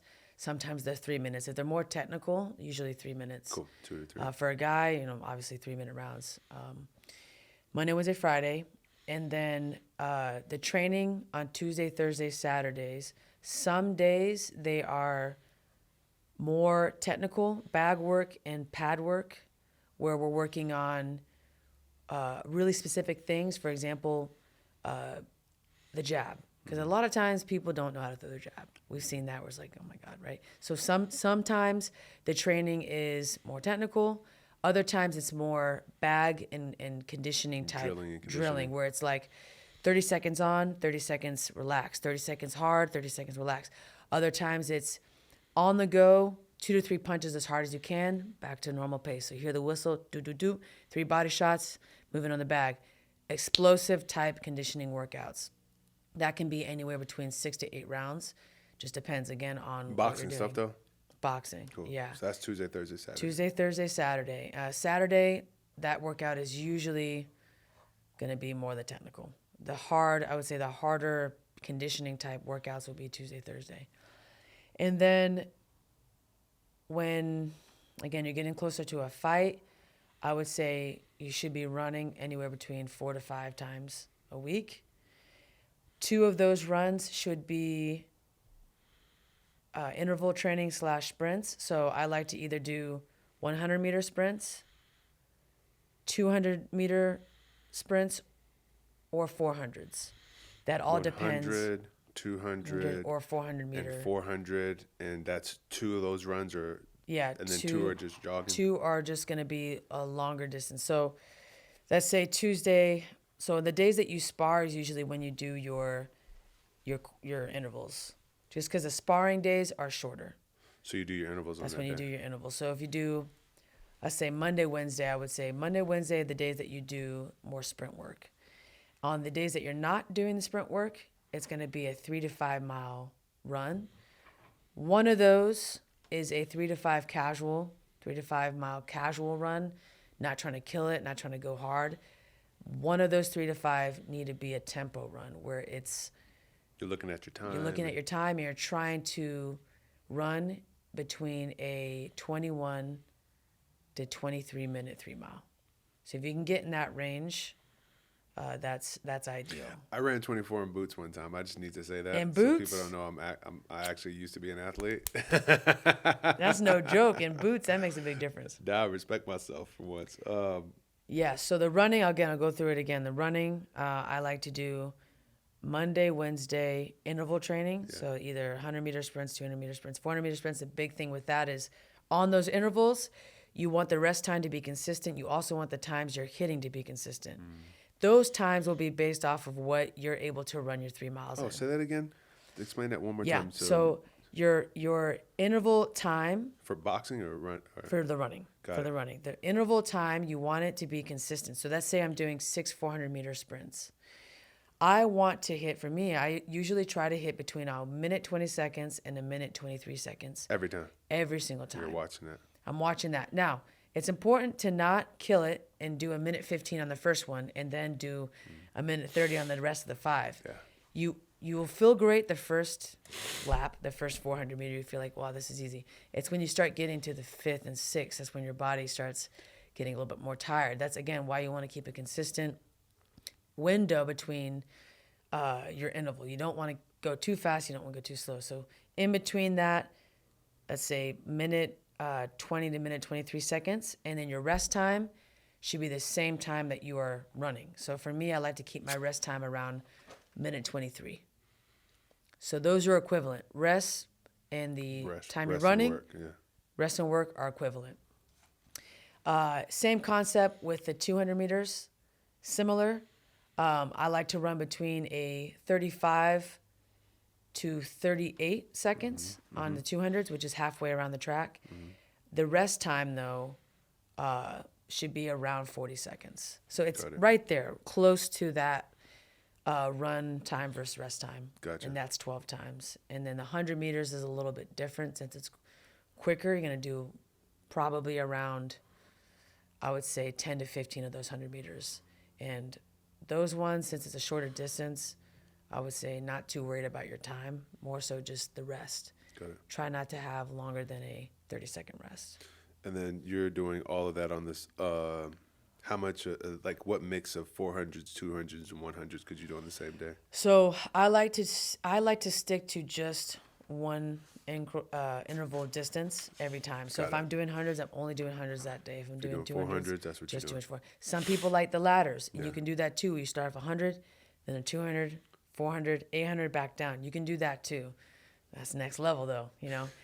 But I personally, I prefer to do same tempo. What was your background studies in college? What did you study? So I studied general science, but my workout program comes from a multitude of different training, comes from my experience as a D1 track athlete. I was also very much into strength and conditioning as a thrower, because you got to keep in mind a discus thrower, shot put thrower, javelin thrower, we don't just do that throwing. We do a lot of strength training. So I'll get into the strength portion, which I haven't talked about yet. Yeah. In addition to the running, in addition to the training and boxing, I also like to put in 2 days of strength training. 2 days? 2 days of strength training. I was like, that's a lot, but 2 days solid strength training. 2 days of strength training. And with that, I like to have one upper body day and one lower body day. Okay. And those exercises should be able to translate to boxing. So I love the med ball slams. Sport-specific stuff. Yeah, sport-specific landmine thrusters, working on pushing. And the other thing, too, is we have to do pulling, too, because in boxing, we work a lot of this. Yeah. Everything's forward, so it's important to work on pull-ups. It's important to work on rows, to work those muscles, those back muscles to kind of open up your chest, because a lot of boxers have very hunched shoulders and weak back muscles. So that's why I highly recommend doing pull-ups at least twice a week. And again, working those back muscles. So even on your lower body day, you'll throw in a few pull-ups? I throw in a few pull-ups just because it's not weighted. We're not actually lifting weights on those days. And then the lower body, go ahead. No, keep going. And as you give me an idea, as you're explaining this, on the lower body days, explaining a little bit of, are you lifting heavy weights, or how do you manage? Right. So lower body days, I like to do deadlifts. I also like to do front squats as well. Single deadlifts, single leg deadlifts, and single leg front squats are preferred, because your boxing stance, you're kind of in a staggered stance. Single leg front squats? Yeah. So that's when you put. Is that a pistol? That's when you have one foot on the bench. Bulgarian type? Yeah, kind of like that. Those, so I one feel foot. Like that's one of the best exercises known to man. For sure. So one foot is on the bench, the other foot is forward, and you're doing either with you can use a kettlebell or even a barbell, doing front squats and then switching both legs, really focusing on one leg at a time. And then even with the deadlifts, I like to use the hex bar. I like to have a staggered stance, 1 foot in front, 1 foot in the back.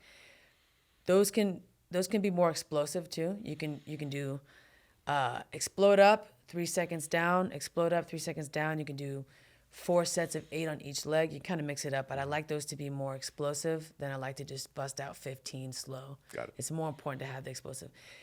Mixing in the front squats, the deadlifts. I like to also single leg. I also like to do box jumps, hurdle jumps. Right, working on fast twitch muscles, getting your feet off the ground as quick as you can.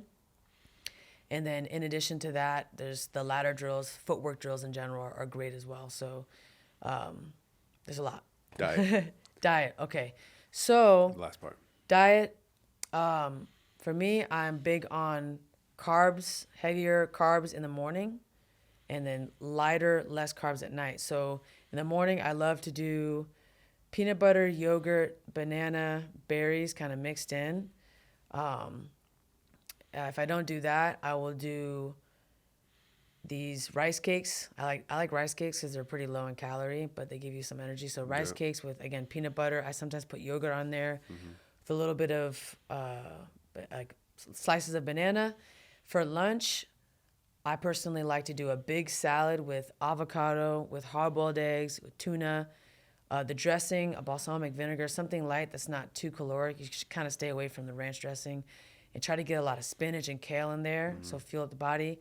And then if you want, you can also mix it up and do like lean meat or fish. You can do turkey, chicken, salmon, tilapia with like sweet potatoes, brown rice. Keep everything simple. The less packaged it is, the better.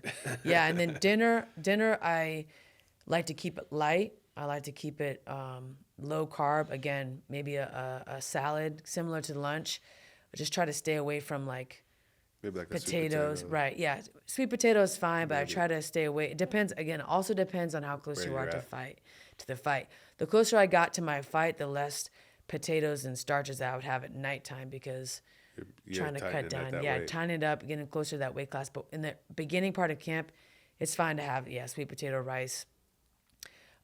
Towards the end, it's like meat and veggies. Yeah, meat and veggies. Try to kind of keep the carbs at a minimum and eat them closer to the time that you're actually working out. Yeah. And then the big thing is water. I think people don't drink enough water. So try to drink a gallon a day of water. And then another big note that I like to add is when you eat dinner, while you're trying to get your weight down, try to eat dinner before 6 p.m. And try to finish all your working out before dinner as well. So your last workout should be, you try to do it before dinner. That way you're not working out at 7 p.m. and then eating dinner at 9 p.m. You want to have Do the last workout before dinner. So Before so dinner, you might you might last workout before dinner. So you're working out at like 4. 4, and then you're eating dinner by Right into 6 dinner. o'clock. I yeah. like it. And then that way, your body kind of slows down at night. You're getting ready to go to sleep. You're digesting at 6 p.m. versus digesting at 10 p.m. or 9 p.m. That's a little late, and it kind of actually causes me personally to hold on to weight more. So Yo, this is interesting. You got it dialed in. I think I like to guess personality types. And so, but yours, this is really hard to guess.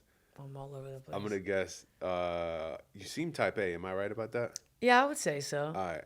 Just a Yeah. little bit. And then you seem to be extroverted. Would that be good? Right?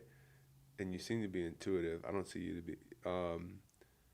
ENFJ. That's going to be my guess. Have you ever heard the Myers-Briggs? Yeah. I actually am ENFJ. Is that it? Yeah. Do you have any animals? Do I have an animal sign? Do you have any like a pet or anything? No. Cool. No. Yeah, that's gonna be my guess. But anyway, that's another subject. We gotta have. There's so much more to talk about.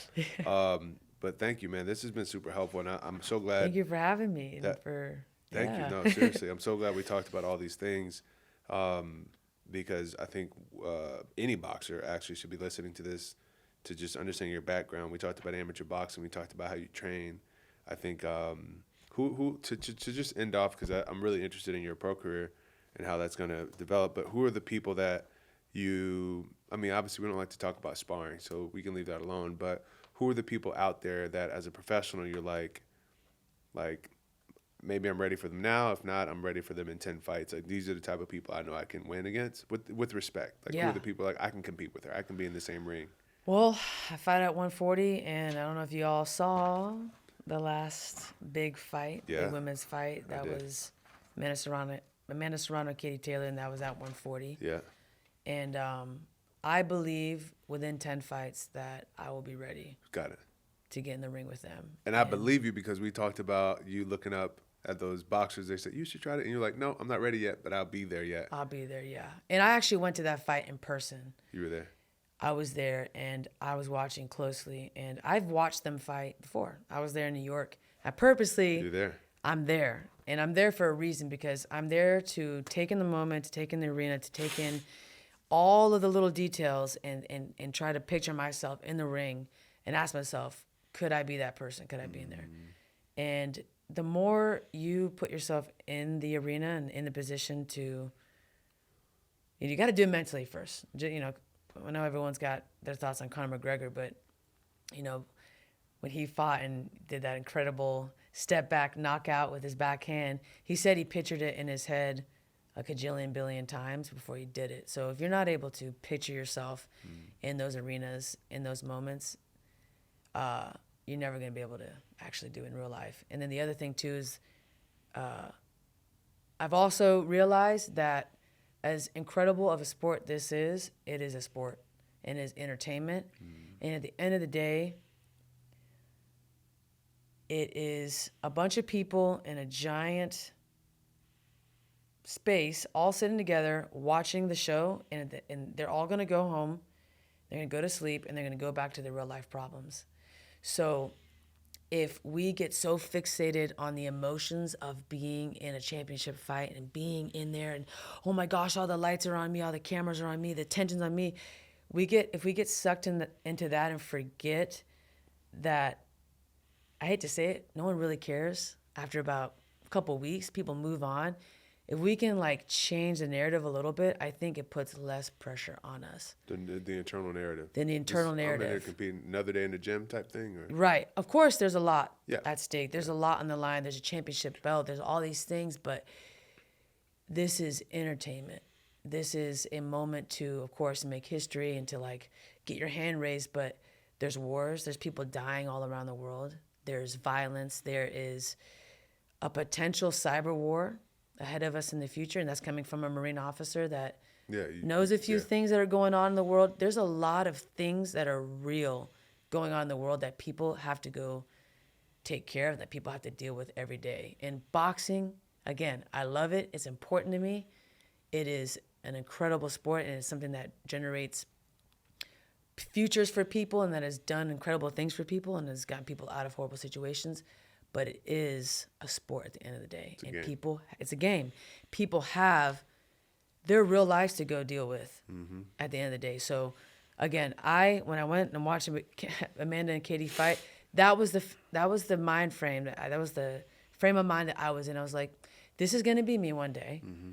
My face will be on this arena somewhere, just like this. I'm going to be interviewed. I'll be in that ring with thousands of people. One day, I have to stay grounded and remember, there's more to life than just this fight. There's more to life than that. It's going to be a moment, and then I'm going to take in that moment. I'm going to win, and then move on. Yo, that type of perspective, once again, for any athlete to hear Yeah. that, any athlete, they need to hear it, and that's an incredible perspective. And thank you for sharing it. Thank you. And thank you for coming out. Thank you so much.